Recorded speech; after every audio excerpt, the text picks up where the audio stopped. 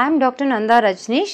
I am a consultant laparoscopic surgeon and oncosurgeon in Apollo Spectra group of hospitals. In hernia, there is a disturbance of a physiological mechanism of the circumference of the abdomen. That is very well known. So, when we correct the hernia, this physiological disturbance that was already there is corrected to a great extent. So, immediate post surgery, there are a lot of stitches that has reinforced the abdominal wall and there is a mesh that is placed. So, up to 5 weeks to 6 weeks, we suggest to the patient not to lift any weight, only up to 1 or 2 kgs they can lift.